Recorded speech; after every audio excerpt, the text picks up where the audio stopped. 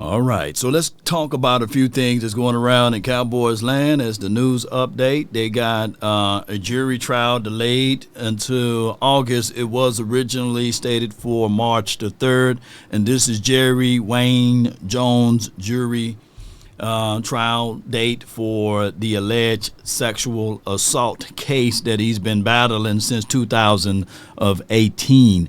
Now, that could be conduct unbecoming. I'm not saying that the Joneses should step back, but man, this is crazy news. But neither here nor there. We do have some info and some intel. Shout out to my guy White over here with the information for the nation without hesitations nor deviations to the matter. OSA, when we're going to talk a little bit further down the line on what Lawrence Taylor had to say about Parsons. And then we'll finish up with the Jerry Jones situation. Neither here nor there. It is up to the free agent guy, OSA, that he could get more than $20 million per year at that spot. An interior defensive tackle is a premium spot. Let me say this again. An interior defensive tackle is a premium spot in the National Football League. You can't really franchise tag them. That's about $22 to $24 million, give or take, depending on where those numbers will be at. And the Cowboys, they're not known for paying their interior guys. And there will be a few that will say, Law, OSA is not worth X, Y, and Z. That's why when you have a star-studded player or someone that you like, it is better for you to get in front of their contract a year before versus a year too late, because you always going to have to pay the higher premium of it all. So the Cowboys, by waiting until the end of life of his contract and not approaching it to the table earlier, you got to pay it. Or you got to let them walk. And normally what the Cowboys tend to do will be, and I'm doing their air quotes, just like Stephen Jones loved to do, what they tend to do is lose said player in free agency, make sure that they don't replace said player via the same equal results of free agency, and they love to go grab the comp picks. That could be a situation. Right? That's how that comp pick rule works, and that's been their battle cry. Why, Law? Why do they do it that way?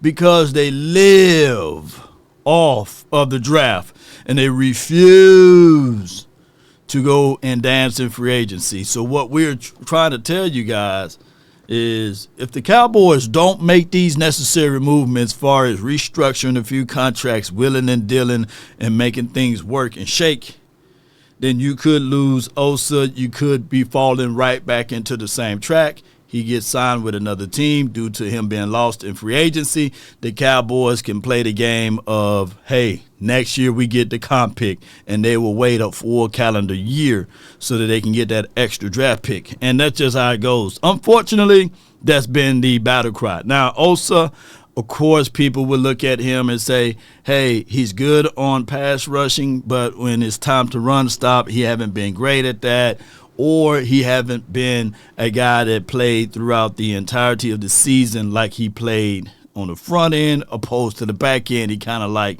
dissipates and die off, and he's not giving you the same levels of production, which I always look at three techs is that they also play off of the guys that can play nose tackle or one tech or those who plays right beside them, the bigger body, that you need to have that so that they can do twist stunts and get upfield, be the penetrator, be the guy that can shoot gaps or what have you.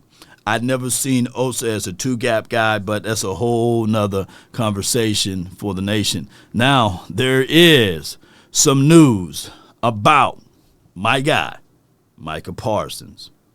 This has been reported from the Outkick, legendary linebacker extraordinaire who changed the game. Shout out to the Laws, the original Law Taylor, right? Or Lawrence Taylor, LT. He states he wants Cowboy linebacker Micah Parsons to stop podcasting and put his focus on football. He's a great player, but guys, let's do more. Let's play more football and less podcast. And that's been the ongoing conversation. A lot of people would say, well, Law, podcasting, that's what he do on his off time. We can't have it both ways, because would you rather have him podcasting or out there on the streets or out there in the strip clubs or having something to do with some nefarious things and things that's not necessarily pertaining football? At least he's in the confines of his own home and he's talking football. What harm is that, right? There are other players that do podcasting and things of that nature. And he is rightfully so, and people are rightfully so lamenting that. But we all know perception could be reality, and it rubs off people in a different way. If the Cowboys winning, he can have 4 or 5 podcasts a day, right? And he can be a content creator in his space. But sometimes you have to adhere to those who got hardware and gold jackets.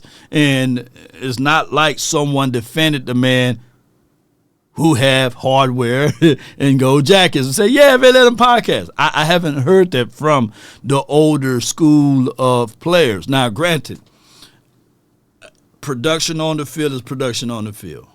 But what the area of the situation far as Parsons is the kind of caliber of content that he do on his podcast. I truly believe if he does a podcast with film breakdown, film solutions of what he saw in that play, I'm quite sure no one will be mad and upset about it, right?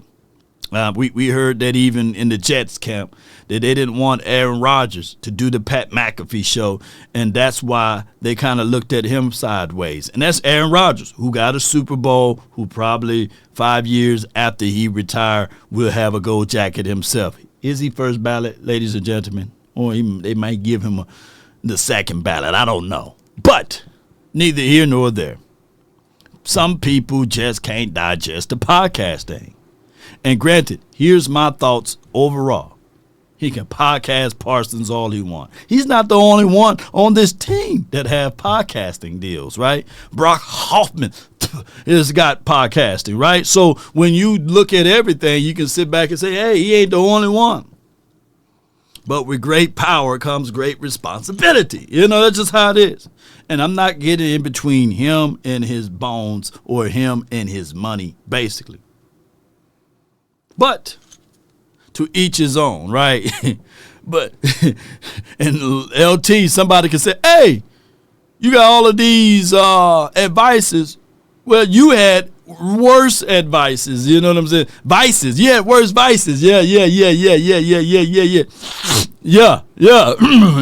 had that going on. So it's neither here nor there. But let the dog get hit. The dog that get hit with the brick. Yep. So we will see if Parsons respond to this. I'm quite sure that he kind of looked at LT's game one way or another and said to himself, man, when it's all said and done, I want to hang my cleats up just like him, right? And those are just advice, basically. And you can do whatever you want to do with advices, right? And I think that Parsons, for what he is and what he brings to the table, it is what it is. It is what it is. I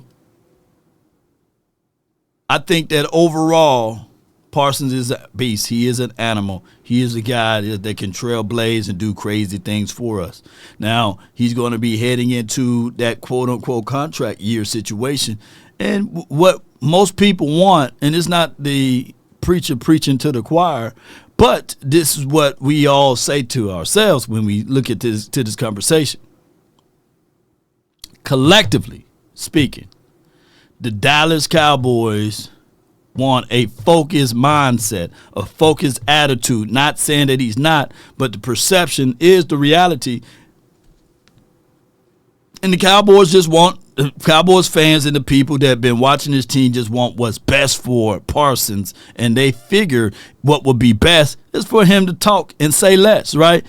Talk only about football to a degree that it can benefit the team and not have these crazy podcasting things going on that rubs off certain sector of people the wrong way. That's all I'm saying. But post me down below how you guys feel of Micah Parsons doing the podcast Parsons, because at the end of the day, he can do whatever he want to do. Is podcast Parsons or is football Parsons, and hopefully he can continue to stride and be the person that he is, and that is flying around, getting to the quarterback, making the impacts on teams, on the team that he planned for is the Cowboys, and get it going the best way possible. And back to this Jerry Jones news, I just want to say this before we depart. Appreciate everybody. Be sure to hit that like button, share this content, let people know where to go when it's time to tune in to Cowboys Sports Talk and Beyond. We know what he's capable of. We know what Parsons can bring to the table. We just want the best for him. It's not like we are saying things that we want the worst for him, right? But that's neither here nor there. Discretion and being discreet is a major thing. Now, the trial assault for the Cowboys owner, like we lamented earlier in the opening, March the 3rd, now it's pushed back to August the 11th. That's all off season that we could have another level of distractions.